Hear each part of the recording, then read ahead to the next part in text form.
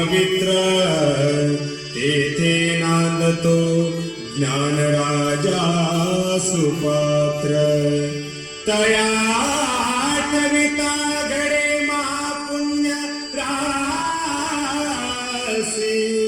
नमस्कार माझा श्री सद्गुरु ज्ञानेश्वरासी पुंडलिक वरदारी विठ्ठल श्री ज्ञानदेव तुकाराम पंढरीनाथ भगवान की जय।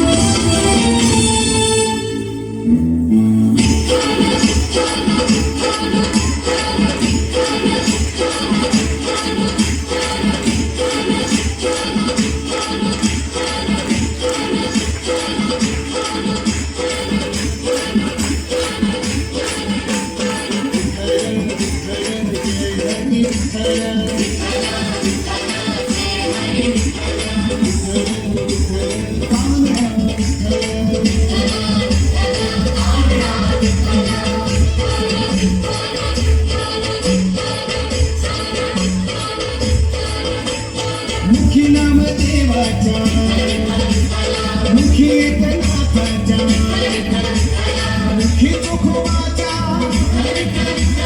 मुखी तुकोबाचा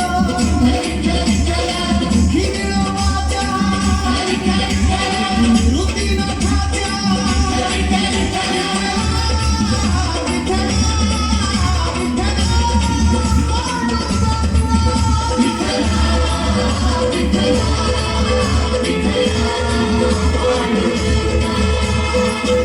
गजानन माऊलीचा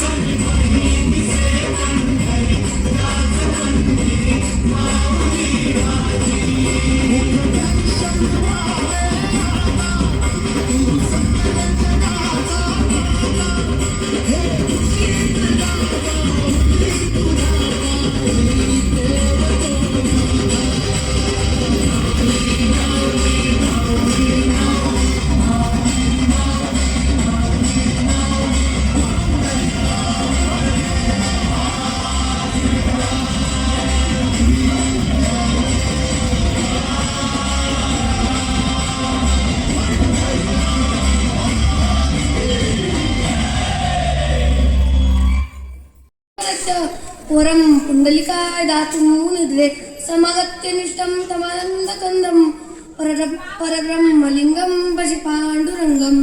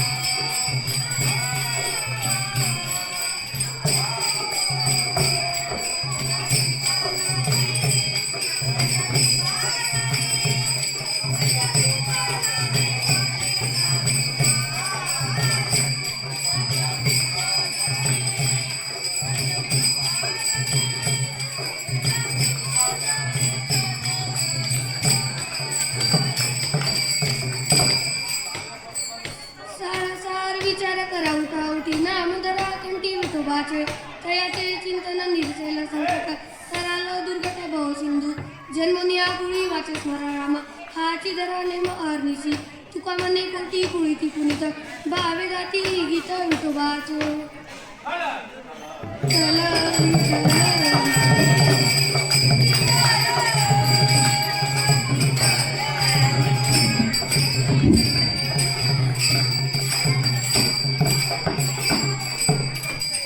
प्रस्तुत प्राप्त प्रसंगी कीर्तन रूपी सेवेसाठी निवडलेला अभंग जगद्गुरु तुकोबाराय यांच्या 4 चरणांचा नामाचा उपदेश करणार आहे. परंतु कीर्तन चालू करण्यापूर्वी परिहार करून देणं महत्त्वाचं आहे. सालाबादाप्रमाणे चालू असलेला हा आषाढी वारीचा भव्य दिव्य सोहळा आणि या सोहळ्यामध्ये सहभागी होण्यासाठी संपूर्ण महाराष्ट्रभरातून अनेक वारकरी पायी वारी करत जागोजागी मुक्काम करत विठुरायाचे भजन करत पंढरीच्या दिशेने निघतात आणि आज जाऊन विठुरायाच्या चरणाशी विचावले. याच विठ्ठल परमात्म्याचे महत्त्व, आजच्या दिवसाचे महत्त्व आणि आषाढी एकादशीचा आनंद आम्हा लेकरांनाही घेता यावा म्हणून हा कार्यक्रम आणि या कार्यक्रमात कीर्तनाचा मान मला देण्याबद्दल आयर सरांचे व तसेच माझ्या सर्व गुरुजनांचे मनापासून आभार. विठ्ठल विठ्ठल विठ्ठल.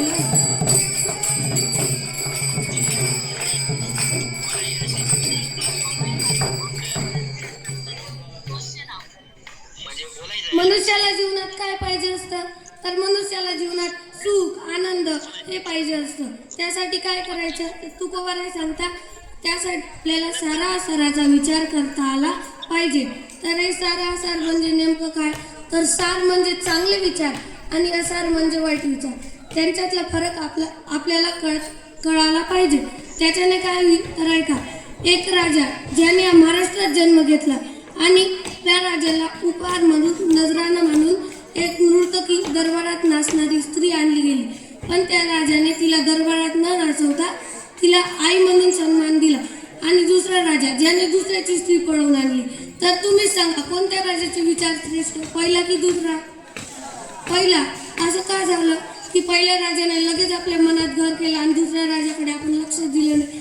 कारण पहिल्या राजाचे विचार चांगले होते आणि आपल्याला प्रत्येकाला असं वाटतं की दुसऱ्यांनी आपले कौतुक करावे, आपल्याविषयी चांगले बोलावे, आपली आठवण काढावी. तसं जर कोणी केलं तर आपल्याला आनंद मिळतो. जर कोणी आपल्या ग्रंथांचा अभ्यास केला आणि त्याच्यातून सारासाराच्या विचारांचा संग्रह केला तर तो व्यक्ती जगात वंदनीय पूजनीय ठरेल. पण ऐका, कोणी कितीही चांगलं काम केलं, चांगले मोठे ग्रंथ वाचले पण त्याचे विचार चांगले नसतील, तो जर पवित्र नसेल तर काही उपयोग नाही. कबीर महाराज खूप छान म्हणतात, माला बनाई काष्ट की बीच में डाला सूत, माला बेचारी क्या करे जब जपने वाला कपूत, कबीरा जपने वाला कपूत। माला बनाई काष्ट की बीच में डाला सूत, माला बेचारी क्या करे जब जपने वाला कपूर। तुळशीची माळ पवित्र आहे, फार पवित्र आहे, पण जर तिला जपणारा पवित्र नसेल, त्याचे विचार चांगले नसतील तर काही उपयोग आहे का? नाही. त्याच प्रकारे या जगात काही गोष्टी आहेत ज्या गोड आहेत पण पवित्र नाही, पवित्र आहेत पण गोड नाही, पवित्र सुद्धा नाही आणि गोडही नाही, पण अशी गोष्ट सुद्धा आहे जी गोड पण आहे आणि पवित्र पण आहे.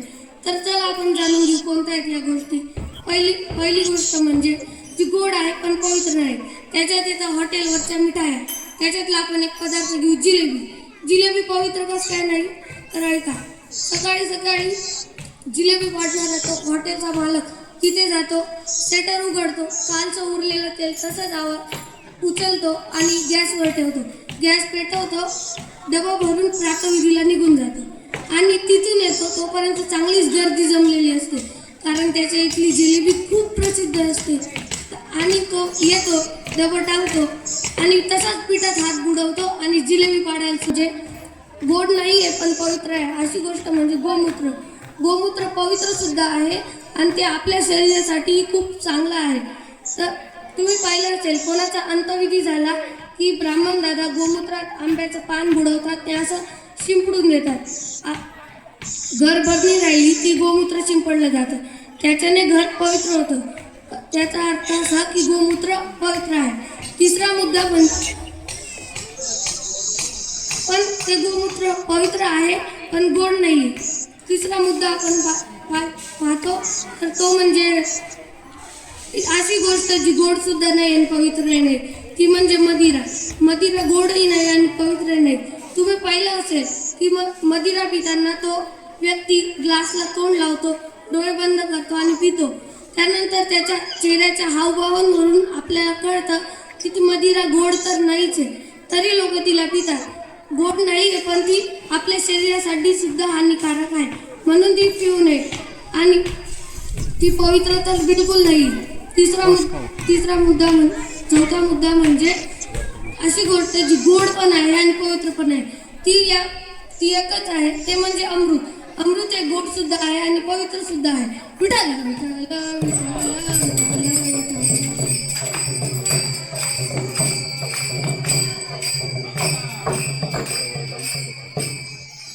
मग तुकोबाराय म्हणतात,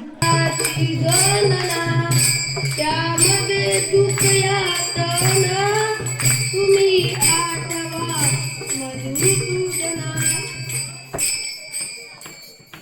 हा मनुष्य देह आपल्याला मिळत नाही पण तो आपल्याला मिळाला आहे, त्याला चांगल्या कामासाठी लावा, तो फार अनमोल आहे. ये मनुष्य देह अनमोल रे, इस मिट्टी में ना घोल रे, अब जो मिला है फिर न मिलेगा, कभी नहीं कभी नहीं कभी. म्हणायलाच पाहिजे का? कारण हे ज्ञान फक्त देवाने माणसालाच दिलेलं आहे. याच ज्ञानी माणसाला तुकोबाराय म्हणतात की सारा आसाराचा विचार कर आणि विठ्ठल परमात्म्याचे नाव.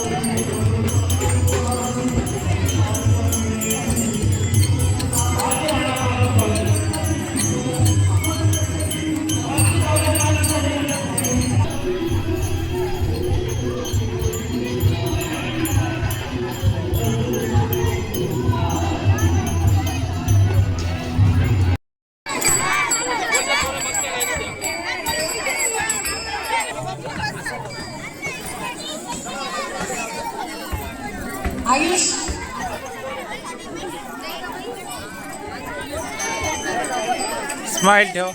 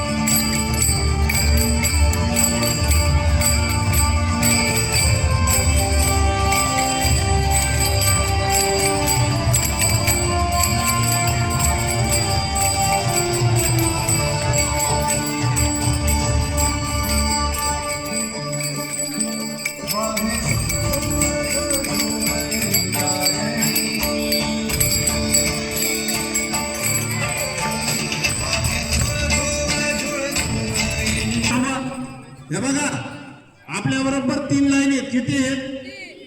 आता ही पहिली जी लाईन आहे, उभं राहा. पहिल्या सर्कल वाल्यांनी इकडे तोंड करा. या बाजूला माझं तोंड पुढे. हा